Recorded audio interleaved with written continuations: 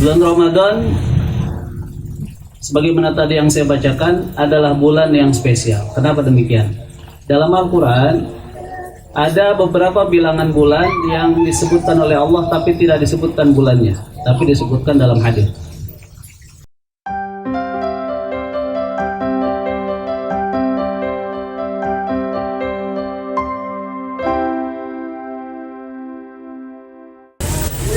Bismillah, assalamualaikum warahmatullahi wabarakatuh.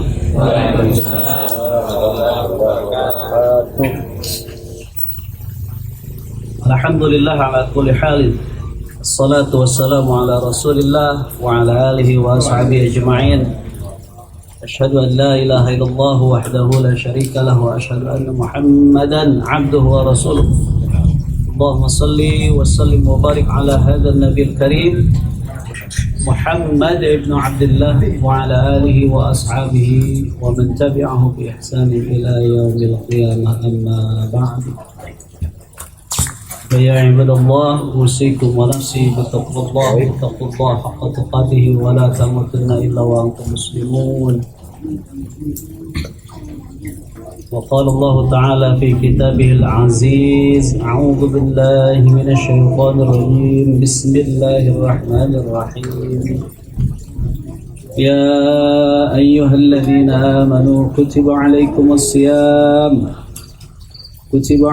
الصيام كما كتب على الذين من قبلكم لعلكم تتقون أياما معدودات ومن كان منكم مريضا أو على سفر فعدة من أيام أخر وعلى الذين يطيقونه فدية طعام مسكين ومن تطوع خيرا فهو خير له وأن تصوموا خير لكم إن كنتم تعلمون شهر رمضان الذي أنزل فيه القرآن هدى للناس وبينات من الهدى والفرقان فمن شهد منكم الشهر فليصم ومن كان مريضا أو على سفر فعدة من أيام أخرى يريد الله بكم اليسر ولا يريد بكم العسر ولتكملوا العدة ولتكبروا الله على ما هداكم ولعلكم تشكرون. Subhanallah. Terkadang masih ada yang belum hafal. Nambah satu lagi, wa idza sa'alaka ibadi. Terus setelah itu wahillat sahih, dihalalkan Lailatul Siyam rafas. Jadi rafas bolehnya malam kalau misalnya pada bulan Ramadan. Alhamdulillah, para hamba Allah, atas segala ujian dan cobaan yang Allah berikan kepada kita, alhamdulillah pada kesempatan sore hari ini kita berhasil melampauinya. Saya yakin setiap para hamba Allah dari rumah ada ujiannya masing-masing. Pasti. Kullu ya'malu ala syakilatih, bahwa beban kita itu beda-beda. Saya, Amir, dan para umara yang lain pasti bebannya beda-beda. Tapi apapun itu bebannya, maka in tasbiru wa tattaqu la yadurullahu alaikum syai'an. Jika kita menghadapinya dengan takwa dan sabar, maka hal tersebut tidak akan memberikan kita celaka. Apapun itu, terutama di bulan Ramadan. Allah, bulan Ramadan, sebagaimana tadi yang saya bacakan, adalah bulan yang spesial. Kenapa demikian? Dalam Al-Quran ada beberapa bilangan bulan yang disebutkan oleh Allah tapi tidak disebutkan bulannya, tapi disebutkan dalam hadis.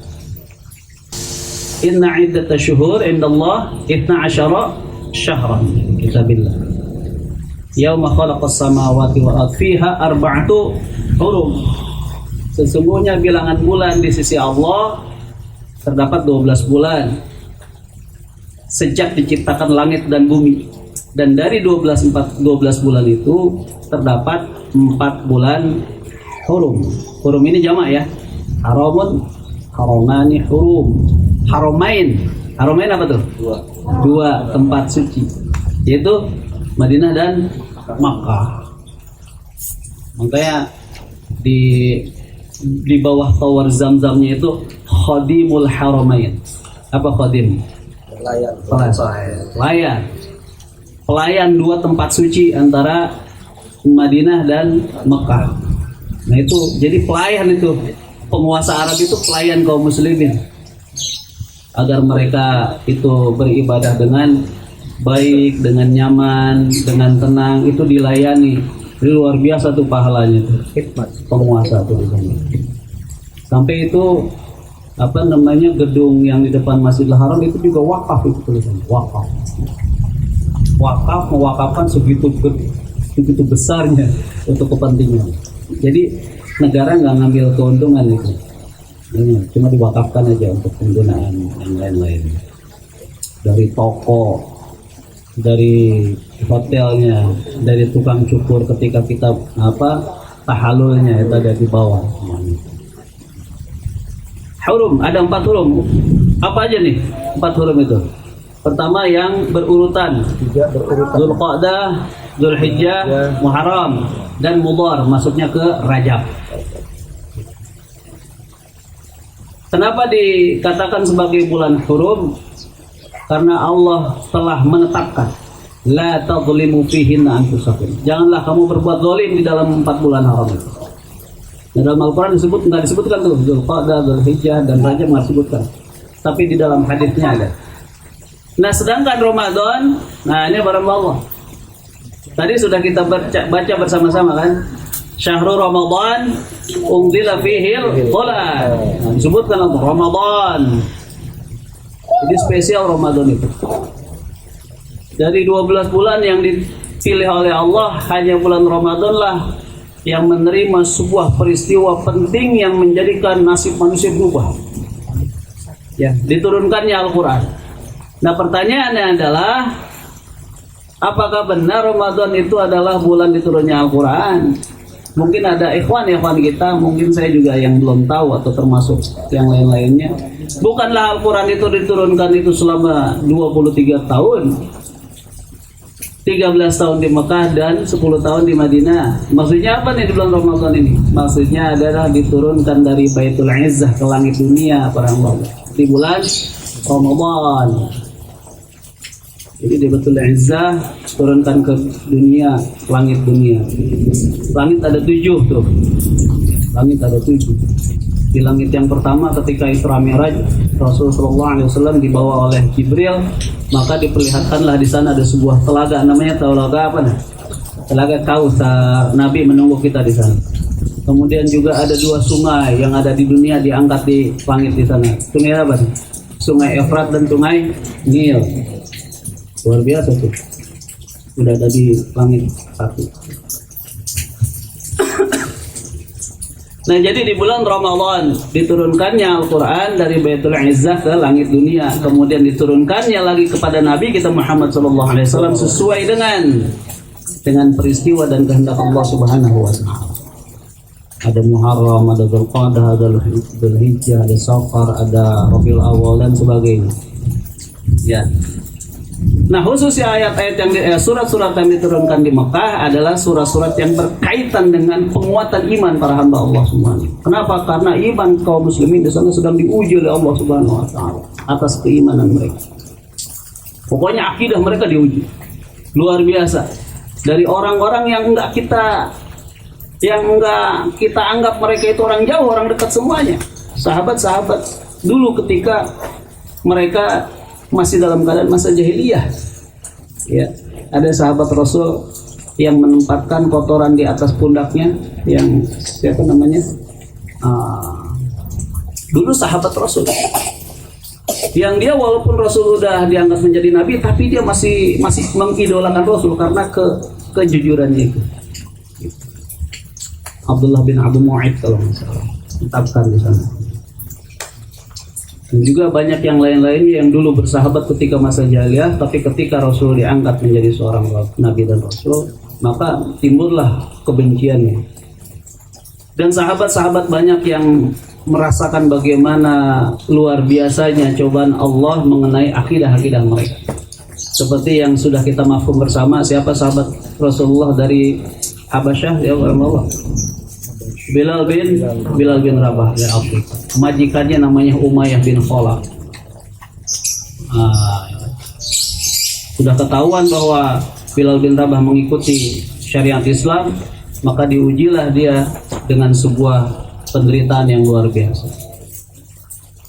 Ditaruh di atas pasir yang begitu panas, ditindih oleh batu besar yang begitu panas, kemudian juga diikat lehernya untuk dijadikan sebagai bahan mainan anak-anak, ditarik sana kemari sampai lehernya itu merah, sampai iritasi gitu karena diikat. Bilal bin Rabah. Kemudian juga sahabat yang lain bernama Ammar bin Yasir. Ammar bin Yasir punya ayah namanya Yasir bin Ammar, ibunya namanya Sumayyah. Gimana Sumayyah itu? Kalau kita sudah nonton film Risalah semua ya? Alhamdulillah, nah, itu bisa dibayangkan kan? Dibayangkan. Sahabiah pertama kali ya yang wafat ya, yang syahidah ya, ditombak, naudzubillah min dzalik. Dari kemaluannya sampai tembus ke belakang. Begitu juga wafatnya ayahnya Ammar bin Yasir. Sampai-sampai Ammar bin Yasir ketika disiksa itu, saking hebatnya siksaan itu, dia sampai ngomong tapi di luar pada kesadarannya. Dan ketika itulah ada sebuah kata-kata yang menurut mereka kata-kata itu menjadikan Ammar bin Yasir itu keluar dari Islam. Nangis dia, datang kepada Rasul, ya Rasul, bagaimana ini? Saya mengatakan ini dan itu. Orang bilang saya sudah keluar dari Islam. Lalu Rasul mengatakan, bagaimana dengan hatimu? Apakah engkau nyaman mengatakan hal itu? Ya tentu tidak ya Rasulullah. Kata Rasulullah, nanti kalau seperti itu kan lagi, katakanlah seperti itu. Nah itu dia, ada rukhsah khusus bagi Ammar bin Yasir. Jadi dalam keadaan benar-benar terjepit seperti itu, bukan keluar dari hati yang tulus, dia Rasul katakan aja kayak gitu lagi demi keselamatan. Kemudian ada seperti sahabat Khabbab bin Arad nih, Khabbab putranya siapa? Bapak Wawan dari Serpong. Ini apa namanya? Ini jabatannya Panglima Besar. Khabbab bin Arad. Khabbab bin Arad itu juga ditarik oleh majikannya kafir Quraisy di atas barah sampai barahnya itu mati apinya dikarenakan gaji dari badannya itu yang mencair. Jadi ketika dalam satu peperangan Khabbab bin Arad buka baju itu kaget semuanya karena bentuk punggungnya udah enggak seperti biasanya. Juga seperti sahabat Zubair bin Awwam, ketika menggendong anak kecil ada sebuah lubang di punggungnya, dimain-main itu tangan anak kecil itu ke lubang punggungnya akibat kena panah. Luar biasa, banyak tanda-tanda yang bisa dibanggakan di hadapan Allah dari mereka semua. Kemudian seperti sahabat Zaid bin Dahniyah, yang mati di atas, yang syahid, yang wafat di atas tiang salib. Jadi ketika tertangkap langsung diikat, dan semuanya orang-orang kafir Quraisy itu meletakkan pedangnya di atas dadanya, saking banyaknya pedang itu sambil bunyi berdentringan di depan dadanya. Nah ketika itu apa permintaan kamu yang terakhir? Saya ingin mengucapkan salam kepada manusia yang dicintai oleh Allah Subhanahu wa taala, itu Muhammad Rasulullah SAW. Nah ketika itu Nabi Muhammad sudah hijrah ya. Ini pasca hijrah. Nabi Muhammad berada di atas mimbar.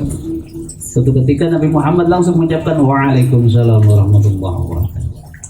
Sahabat ditanya, yang bawa bertanya, ya Rasul kenapa Anda mengucapkan salam? Karena ada sahabat kita yang saat ini syahid di Mekah, yaitu Zaid bin Dahniyah.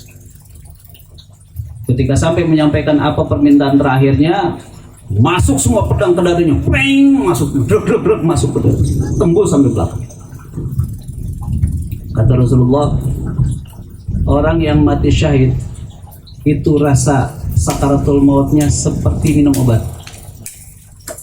Jadi pahit di awal, enak sananya. Tapi kalau misalnya bukan dalam keadaan syahid seperti biasa, seperti mati ditusuk 70 pedang. Sakaratul maut. Gimana para malu? Nggak bisa dibayangin lah. Na'udzubillah min dzalik. Na'udzubillah min dzalik, ya Allah. Nah itulah barang Allah. Allah mempersiapkan sahabat-sahabatnya ketika berada di Makkah selama 13 tahun itu untuk menggembleng secara kuat akidah mereka. dihadirkan orang-orang ganas di hadapan mereka supaya teruji terus. Innal ladzina qalu rabbuna Allah tsumma istaqamu tatanazzalu 'alaihimul malaikah. Sesungguhnya orang yang istiqamah di jalan Allah, Allah akan turunkan malaikat kepadanya. Alla takhafu wa la tahzan. Janganlah takut. Diuji terus. Kemudian dalam surat Al-Ankabut juga seperti itu. Ahsiban nas ayyutraku ayyaqulu amanna wa hum la yuftanun. Apakah manusia mengira bahwa mereka tidak akan diuji oleh Allah tatkala mereka mengucapkan saya beriman kepada Allah? Walaqad fatanna alladziina min qablikum. Sungguh orang terdahulu pun diuji oleh Allah. Jadi diuji. Nah, ujian luar biasa itu sepertinya tidak apa-apanya bila dibandingkan kita. Kita nggak sampai seperti itulah, diuji seperti ini aja nih, hujan, becek, macet, orang-orang ngomelin kita di tengah jalan, terus lemas dan sebagainya. Belum seperti para sahabat kita. Nah, diturunkan di sana selama 13 tahun. Kemudian juga disebut dengan surat apa? Surat Makkiyah. Surat Makkiyah. Kebanyakan surat-suratnya itu kalau dalam klasifikasi surat-surat dalam Al-Quran ada As-Sab'ul Tiwal, ada Mi'in atau Mi'un, ada surat Al-Mufassal. Sab'ul Tiwal 7 surat yang panjang-panjang dari Al-Baqarah sampai terakhirnya Yusuf, Yunus dan sebagainya. Itu sudah masuk 100 lebih. Al-Kahfi juga 100 lebih, 101 ya. Akan tetapi di Madinah ini surat-suratnya adalah surat-surat yang kebanyakan dengan menggunakan kata ya ayyuhalladzina amanu, tapi ada juga ya ayyuhan nas. Surat An-Nisa itu pertama. Itu Madinah, tapi di awalnya ya ayyuhan nas. Jadi tidak semuanya yang di Madinah itu ya ayyuhalladzina amanu, dan juga tidak semuanya yang di Mekah itu ya ayyuhan nas. Akan tapi memang kalau dilihat dari kondisinya, memang di Mekah itu adalah ayat yang diturunkan dengan pengukuhan akidah yang kuat. Kemudian di Madinah ayat-ayat yang mengatur tentang kemasyarakatan. Maka yang dipanggil adalah wahai orang-orang yang beriman. Jadi Allah Subhanahu wa taala mempersiapkan Madinah dengan konsep, kalau bahasa kita, kenegaraan ya. Ini konsep kenegaraan ini sudah menjadi mata dasar kuliah umum kalau di kampus-kampus. Udah MKDU udah. Jadi saya dulu belajar khusus mengenai hukum dari pakar hukum Harun Nasution itu, memang Islam sudah diidentikan dengan sebuah negara. Dan itu sudah doktrin itu, sarjana-sarjananya seperti itu. Kalau misalnya dia tidak mencari lagi yang hak, maka akan terus saja ke bawah seperti itu. Dia akan mencari pembenaran-pembenaran tentang doktrin hal itu. Tapi kalau kita sudah punya pemahaman yang lain bahwa Islam itu adalah sebuah sistem kemasyarakatan yang tidak bisa disamakan dengan kekuatan masyarakat yang ada pada saat itu, Romawi dan Persia. Apa buktinya? Rasulullah nggak pernah belajar ke sana. Rasulullah nggak pernah belajar ke Persia. Rasulullah nggak pernah belajar ke Romawi. Rasulullah juga nggak pernah belajar kepemimpinan ke kerajaan Tuba, daerah Yaman, Qahtan, itu enggak. Sendiri. Jadi kalau dari sistem pertahanan, orang Arab itu adalah sebuah daerah yang memiliki pertahanan yang luar biasa. Orang nggak sembarangan bisa menyerang Arab. Kenapa? Dikelilingi oleh pasir yang mematikan. Kalau misalnya kita punya drone pasti ketahuan gitu. Makanya selamat dia. Dan Romawi dan Persia nggak ada yang ingin menyerbu daerah Jazirah. Kenapa? Nggak ada apa-apanya. Nggak ada apa-apanya. Oh, cari mati dah. Kalau ke situ cari mati gitu. Tapi luar biasa. Dari tempat seperti itulah timbul sebuah kekuatan luar biasa, wahyu, dasarnya wahyu, yang bisa mengalahkan Romawi dan Persia. Bayangkan, bukannya dengan jumlah yang banyak, sedikit jumlahnya. Perang Tabuk, kemudian perang yang Mu'tah, berapa tuh jumlahnya? Kita cuma sedikit, ya banyak. Sahih, banyak mereka. Karena kenapa? Dalam Al-Quran disebutkan kam min fi'atin qalilatin ghalabat fi'atan katsiratan bi'idznillah. Jadi bukan dikarenakan banyaknya jumlah kita bisa menang, akan tapi intasbiru wa tattaqu. Jika kamu sabar dan bertakwa. Artinya apa? Sabar itu maksudnya adalah menerima apapun ketetapan yang Allah berikan kepada kita. Takwa artinya mencari solusi atas masalah itu hanya kepada Allah. Karena orang pertama tidak sabar menerima kejadian. Yang kedua, mencari solusinya bukan dengan cara Allah. Ada masalah dicari solusinya dengan cara roh. Maka ini bukan masalah. Tapi kalau kamu intasbiru wa tattaq, Allah membuktikan walaqad nasarakumullahu bi Badr wa antum adillah, dan sungguh aku telah menolong engkau ya hai kaum muslimin dalam perang Badar wa antum adillah, dan ketika itu dalam keadaan lemah, baik lemah jumlahnya maupun jumlah kekuatannya. Jumlahnya berapa? 313. Yang musuhnya jumlahnya 1000. Pada saat itu Rasulullah tidak ada niatan untuk berperang, tapi hanya mengintai kafilah yang sedang membawa begitu banyak harta yang dipimpin oleh Abu Sufyan. Nah, mintai aja gitu. Kenapa? Karena Rasul ingin mengambil kembali kekayaan-kekayaan yang dulu telah dirampas oleh mereka. Kaum muslimin kan gitu. Orang-orang muhajirin banyak yang pindah ke Madinah menjadi orang-orang ashabus suffah, para pengikut Nabi yang berada di emperan Nabi, di emperan Masjid Nabawi itu yang jumlahnya sekitar 70 orang. Mereka dulu bukan orang-orang miskin, orang-orang kaya, tapi ketika pindah hijrah, mereka seadanya bersahaja para hamba Allah. Sampai disebutkan pakaian mereka hanya selembar, sehingga diikatkan ketengkuk mereka di sini. Jadi kalau makanya Rasulullah melarang kita duduk dengan ihtiba gini. Kenapa? Kelihatan auratnya. Sampai begitu. Seperti Suhaib bin Sinan Ar-Rumi. Nah ini Suhaib bin Sinan Ar-Rumi, sahabat Rasulullah yang katanya dalam kisahnya itu disebutkan dia orang Romawi, matanya biru. Padahal ada juga riwayat yang lain sebetulnya dia bukan Romawi, orang juga orang Arab Jazirah juga. Tapi dia mengadakan sebuah safar di tengah jalan, dirampok, akhirnya terjual lah Suhaib bin Sinan Ar-Rumi ini ke Romawi sampai balik lagi ke Arab. Nah orang Arab tahu Suhaib bin Sinan Ar-Rumi ini jago dalam segala hal. Kenapa? Karena ilmunya mumpuni, baik ilmu tombaknya, pedangnya, panahnya dan sebagainya. Ketika dapat hidayah, dia hijrah ke Madinah. Nah ternyata diketahui hijrahnya itu di tengah jalan dihadang oleh orang-orang kafir Quraisy. Turun Suhaib bin Sinan Ar-Rumi. Kenapa? Punya kemampuan. Engkau tahu siapa aku? Bagaimana aku memainkan pedang? Bagaimana aku memainkan anak panah? Bagaimana aku memainkan tombak? Aku kasih pilih dua opsi. Kalau kamu harta, aku kasih tahu nih harta aku. Rumah aku di sana, harta aku ada, budaknya ambil semuanya. Tapi kalau misalnya engkau ingin tetap menghadang aku, kamu tahu sendiri bagaimana kau. Begitu. Ditantang ini. Nah, ciutlah orang kafir Quraisy, milih harta, ambil udah harta. Ya, begitulah. Akhirnya, nah itu terjadi pada perang Badar itu bulan Ramadan karena turunnya di bulan Syaban. Turun bulan Syaban. Jadi perlu betul ketahui.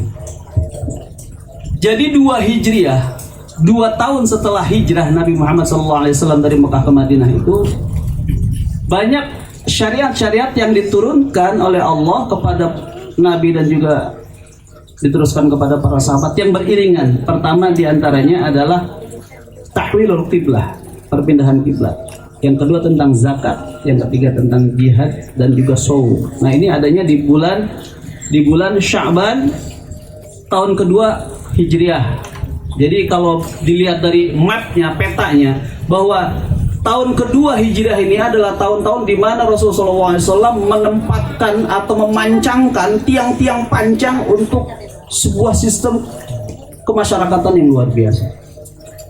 Diawali dengan 1 tahun pertama Hijriah. Rasulullah benar-benar itu ingin menciptakan masyarakat yang luar biasa. Kenapa? Karena ketika di Mekah nggak bisa apa-apa. Ada sahabat yang disiksa kayak begitu, nggak bisa dibantu. Nah ketika memiliki kekuasaan, katakanlah kemampuan untuk bisa berinteraksi dan mengkoordinir para sahabat semuanya, maka di Madinah itulah Rasulullah langsung pertama masjid, yang kedua disaudara-saudarakan antara sahabat Muhajirin dan Ansor, kemudian membuat sebuah statement perjanjian antara kaum muslimin dengan kaum muslimin dan juga kaum muslimin dengan orang-orang Yahud, kemudian membuat pasar. Ini luar biasa semuanya. Jadi dikuatkanlah lini-lini untuk menciptakan sebuah kemasyarakatan Islam di Madinah. Nah, termasuk adalah ibadahnya. Jadi di tahun 2 Hijrah itu turun syariat tentang kiblat. Nah, bagaimana tentang kiblat ini para hamba Allah? Nah, Rasul dulu itu Isra Mi'raj itu adanya setahun sebelum hijrah. Itu sebelum Isra Mi'raj itu adalah kewajiban menjalankan sholat 5 waktu. Rasulullah sudah diajarkan sholat oleh malaikat Jibril. Sudah diajarkan. Tapi kiblatnya ke Baitul Maqdis. Nah, kalau Baitul Maqdis itu arahnya ke utara. Nah, jadi waktu itu sholatnya mengarahnya ke utara. Begitupun ketika dia hadapan Ka'bah, dia jangan sampai menghadapnya itu membelakangi Ka'bah. Jadi dia agak ke belakang Ka'bah tapi ngadepnya ke sana, ngadepnya tetap ke utara. Jadi sampai ketika sujud itu diletakkanlah kotoran onta itu. Nah, Rasul ketika itu sholat selalu menghadapkan wajahnya ke atas, Allah, ke langit. Qad nara taqalluba wajhika fis sama. Aku sungguh telah melihat engkau menghadapkan wajahmu ke langit ketika sholat. Kenapa Rasul menghadapkan wajahnya ke langit? Karena Rasul ingin kiblatnya itu bukan ke Baitul Maqdis, tapi kemana? Ke Ka'bah. Nah, apa alasannya Rasulullah ingin ke Ka'bah? Apakah Rasulullah benci dengan Baitul Maqdis? Tidak, orang Allah. Karena Baitul Maqdis disucikan oleh Allah Subhanahu wa taala dalam Al-Qur'an surat Al-Isra. Di para hamba Allah surat Al-Isra udah ada yang hafal berapa banyak ayat? Kejar dah. Sekarang ini lagi bulan-bulan bagus, kejar. Subhanalladzi asra bi 'abdihi lailan minal masjidil haram. Karena memang itu amanat imam yang saya pernah tahu. Para hamba Allah hendaknya hafal surat Al-Isra walaupun 10 ayat dan sebagainya. Dan juga Rasul sallallahu alaihi wasallam pernah bersabda, "La tashuddur rihal ila thalath ya akhi." Tidak ditekankan untuk melakukan safar kecuali kepada 3 tempat. Masjid Haram, Masjid Nabawi dan Masjid Aqsa dan Masjidi. Tidak ditekankan kalian untuk melakukan sebuah perjalanan jauh dari rumah engkau lah, katakan seperti itu tafsir bebasnya, kecuali pada 3 tempat itu. Masjidil Haram yang ada di Mekah, Masjidil Aqsa yang ada di Syam, yang ada di Palestina, dan Masjidi. Masjidi dimaksud adalah Masjid Nabawi.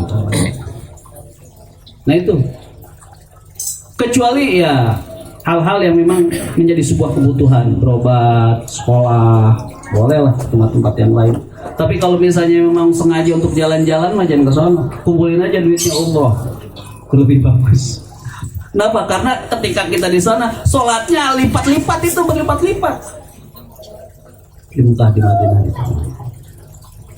Nah, jadi gitu para hamba Allah. Saya mana tuh bicaranya? Saya mana akhir? Saya mana akhir? Masalah kiblat. Nah, ketika masalah kiblat ini, kenapa Nabi Muhammad tidak mau mengarahkan arah kiblatnya ke Masjidil Aqsa? Dikarenakan Nabi tidak ingin disamakan seperti orang-orang Yahudi. Orang Yahudi mengatakan bahwa Muhammad dan pengikutnya itu banyak perbedaan di antara kita, tapi tenang aja, kiblatnya masih sama sama kita. Kena kemana? Ke Baitul Maqdis. Disitulah Rasul merasa tidak nyaman sholat ke atas. Ketika ada perintah fawali wajhaka syatrul Masjidil Haram fatata rahsah, dudukan dia. Akhirnya Rasul sallallahu alaihi wasallam 16 sampai 17 bulan ya, langsung memindahkan arah kiblatnya yang tadinya dari utara langsung ke selatan. Oh, terbalik 180 derajat semuanya. Nah, ada yang meriwayatkan Rasulullah ketika itu berada di sebuah masjid Bani Salimah yang sekarang disebut dengan Masjid Kiblat, kayak 2 kiblat. Langsung itu laki-lakinya pindah sholat ke tempat wanita, wanita pindah sholat ke sana.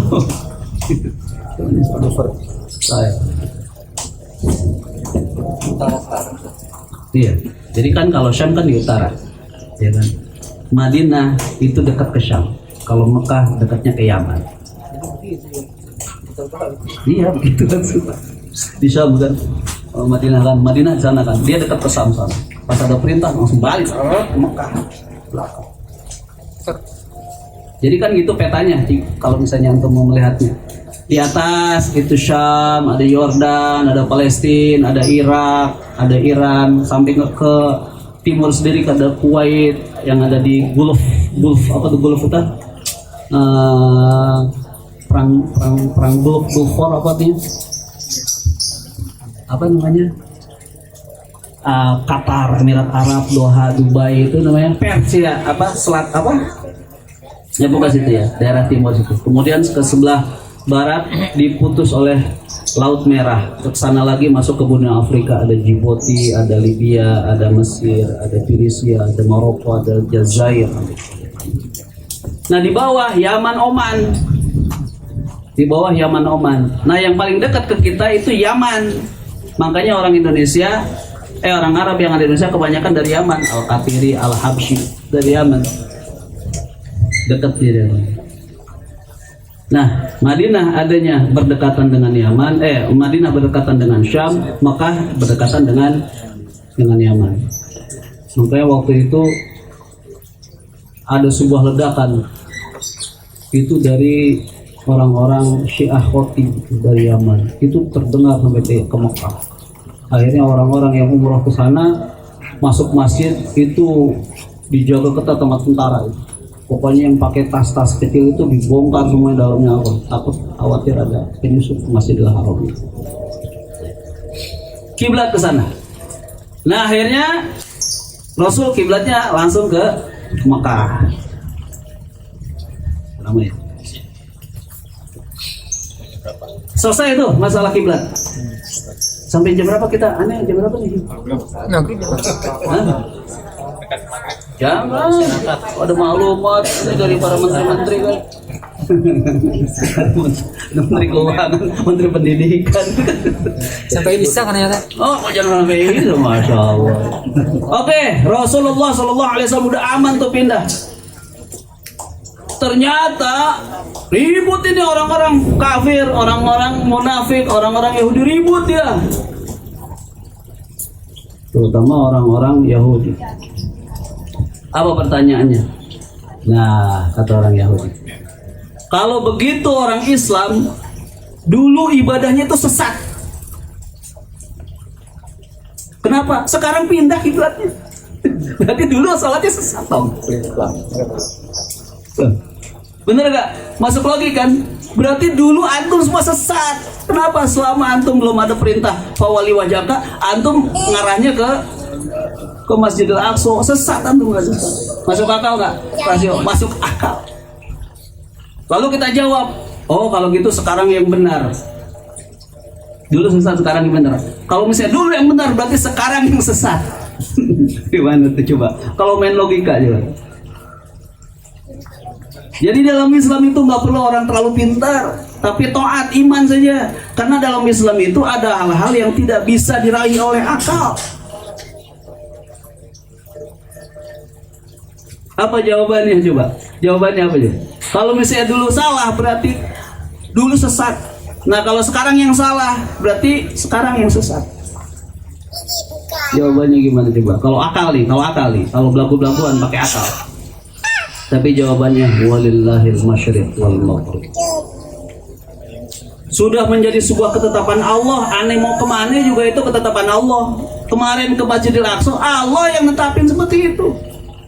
Aneh sekarang suruh ke Mekah pun Allah. Seperti Nabi Khidir bilang ketika diprotes sama Nabi Musa alaihissalam, wa ma fa'altuhu an amri dzalika ta'wilu ma lam tastati. Apa yang aku perbuat itu bukan kemauan aku, kemauan Allah. Gitu. Nabi Musa alaihissalam ketika diperintahkan oleh Allah untuk memukulkan tongkatnya ke laut. Emang Nabi Musa tahu itu tongkat untuk memukul laut? Nggak tahu. Tapi ada perintah Allah, diikutin aja. Akhirnya terjadi sebuah permasalahan yang besar, terbuka. Ali bin Abi Thalib karramallahu wajhahu mengatakan bahwa jika Islam semuanya masuk akal, berarti ketika antum dalam safar, itu antum tidak mengusap khaufnya di atas tapi di bawah. Kenapa? Karena yang kotor di bawah. Kakak lah. Ya begitu kan? Sepatu kita yang kotor mananya emang? Bawah apa atas? Bawah, seharusnya bawahnya yang bisa. Tapi kenapa yang atas? Jika Islam semuanya masuk akal. Tapi ada hal-hal memang yang tidak bisa kita mencapai dengan akal. Sebagaimana dalam surat Al-Baqarah, "Dzalikal kitabu la raiba fihi hudal muttaqin alladzina yu'minuna bil ghaib." Ghaib dulu. Gaib dulu. Artinya ada makhluk-makhluk Allah yang kita, makhluk kasat itu tidak bisa mencapainya. Makanya kalau masih ada orang yang bisa melihat setan, berarti dia makhluk halus. Kenapa kalau orang kasat mah nggak bisa melihat yang halus? Gitu. Halus saja. Kecuali Nabi dan Rasul yang dipilih oleh Allah. Surat Jin. Ya. Allah tidak memperlihatkan hal-hal gaib kepada siapapun kecuali kepada Nabi dan Rasul pilihannya. Nabi melihat ada jin, ada setan, Nabi melihat. Jadi kalau sekarang ada manusia yang aku bisa melihat jin, jangan dipercaya. Botol malah. Nggak ada Nabi dan Botol. masukin botol, botolnya memberak marjan. Nah gitu Pak. Kiblatan tardaha. Kiblat tuh ya. Jadi jawabannya adalah lillahil masyriq wal maghrib fa inna ma tuwallu fatamma wajhullah. Ketika antum wajahnya menghadap ke sana, waktu itu ke Baitul Masjid itu sudah ketetapan Allah. Dan juga ketika antum menghadapkan ke Ka'bah itu juga sudah ketetapan Allah Subhanahu wa taala. Para sahabat nanya, "Ya Rasulullah, bagaimana dengan sahabat-sahabat kita yang sudah wafat ketika mereka sujud ke sana?" Innallaha la yudhi'u amal amil minkum. Allah tidak menyia-nyiakan. Yang dulu ketaatan dia ke sana dapat tuh pahalanya begitu, karena ketaatan aja. Jadi bukan dilihat dari substansi benar atau salahnya sebuah perintah, tapi ketaatan aja, kan gitu. Kalau misalnya kita nyuruh anak gitu, walaupun dia salah tapi dia taat sama kita maafin kesalahannya. Kenapa? Karena dia taat. Tuh kan, gue bilang juga apa? Jadi bapak kan bilang gitu, ya dah. Apa yang salah kan gitu. Tapi kalau misalnya ada orang yang ngada-ngada, dia sok tahu, sok pintar, disalahin. Nah itulah. Nah jadi begitu para hamba Allah. Jadi luar biasanya Rasulullah SAW mempersiapkan sebuah sistem kemasyarakatan itu. Jadi bukan konsep dulu yang dibuat, tapi orangnya dulu yang disiapkan oleh Allah, oleh Rasulullah selama 13 tahun di Mekah. Jadi imannya dulu digodok. Pas imannya sudah mantap, masuk ke Madinah, dikasihkan konsep kemasyarakatan, jalan. Kenapa? Karena orang-orang iman semuanya, imannya sudah terukir. Oleh sebab itulah sistemnya bisa mengalahkan sebuah sistem-sistem yang ada di sekitarnya. Romawi dan Parsi mah lewat. Kenapa? Karena ini sebuah sistem yang mereka mengatakan boleh sekarang dikaitkan dengan negara. Kalau negara, mana arsip-arsip penegaraannya? Kalau misalnya kerajaan, mana kerajaannya? Rasulullah SAW hidup bersahaja. Dia rela untuk hidup apa adanya, tidur di atas tikar. Kenapa? Karena dia tidak ingin kenikmatannya nanti dikurangin dengan kenikmatan dia di dunia. Bersahaja. Bukannya Rasulullah miskin, bukan. Ya. Lillahi wa rasul lahu khumuth, 1/5 untuk Allah dan Rasulnya dari sebuah ghanimah yang didapatkan. 1/5, kalau 1 miliar 1/5-nya berapa? 250 ya. 250 juta. Nah, kemudian yang lainnya dibagikan sesuai dengan tingkatan-tingkatan keislaman mereka. Yang paling tinggi tingkatannya ex Badar ya, ya. Yang ex Badar paling tinggi. Alumni Badar. Nah, kembali lagi tadi. Jadi perang Badar di sana.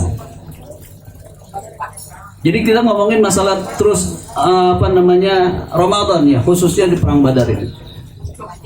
Jadi Rasul mengatakan bahwa Ramadan itu bulan yang luar biasa, spesial. Kenapa spesialnya? Nah ini spesialnya, perbedaannya jangan sebuah perbedaan yang sifatnya menunjuk ke bawah, tapi ke atas. Ramadan sama bulan biasa apa bedanya?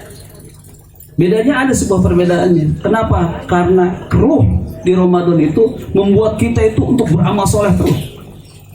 Ruh. Amalan sunnah mendapatkan pahala seperti amalan wajib.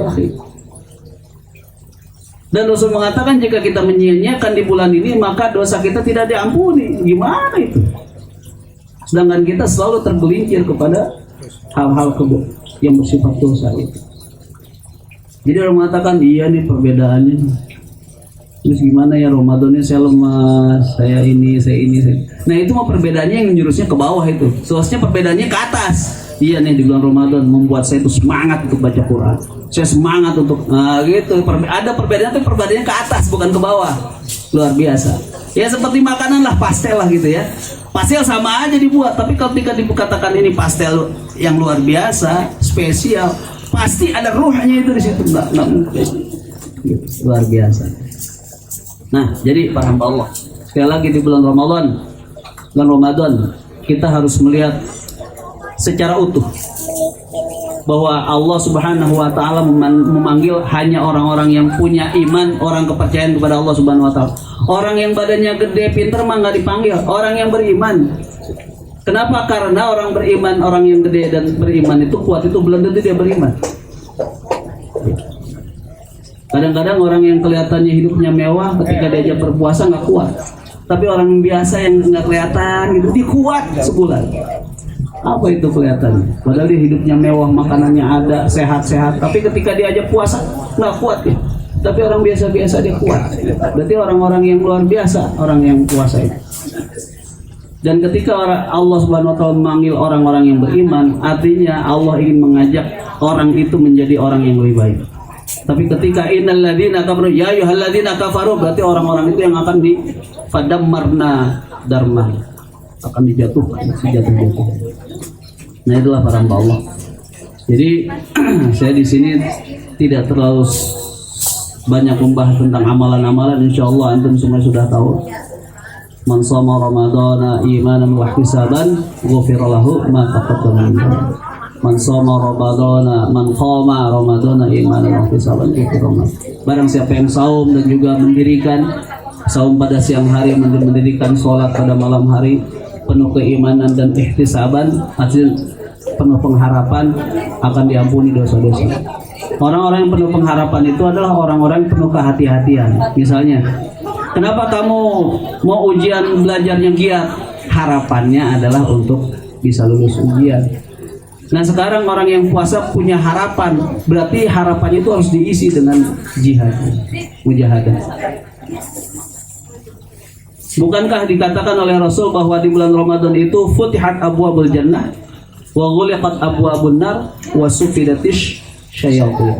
Dibuka pintu surga, dikunci pintu neraka dan dibelenggu setannya. Nah, ternyata sekarang masih banyak orang yang tergelincir oleh setan. Apa maksudnya itu? Maksudnya adalah kita analogikan. Jika kita pergi ke Ragunan, itu binatang semua dikerangkeng itu. Kita merasa aman. Kenapa? Karena kita merasa jauh. Aman. Kenapa? Dikerangkeng. Tapi kalau kita coba mendekat-dekat, coba kita dekat-dekat sama binatang lagi di kerangkeng, dia punya abstan berapa meter kerangkengnya itu, bisa juga langsung dicakar. Nah orang-orang yang mendapatkan ampunan dari Allah adalah orang-orang yang berhati-hati ketika Ramadan. Jadi setan itu bukan dimatikan oleh Allah, tapi hanya di kerangkeng. Setannya masih ada. Kenapa? Karena dapat legitimasi dari Allah bahwa kamu diizinkan untuk menyesatkan umat Nabi Adam sampai waktu dibangunkan kembali mereka di hari kiamat. Jadi setan mah ada terus, tapi di kerangkeng. Jangan coba-coba ngedeketin kerangkengnya setan, begitu. Makanya setan dibelenggu kok masih aja yang begitu.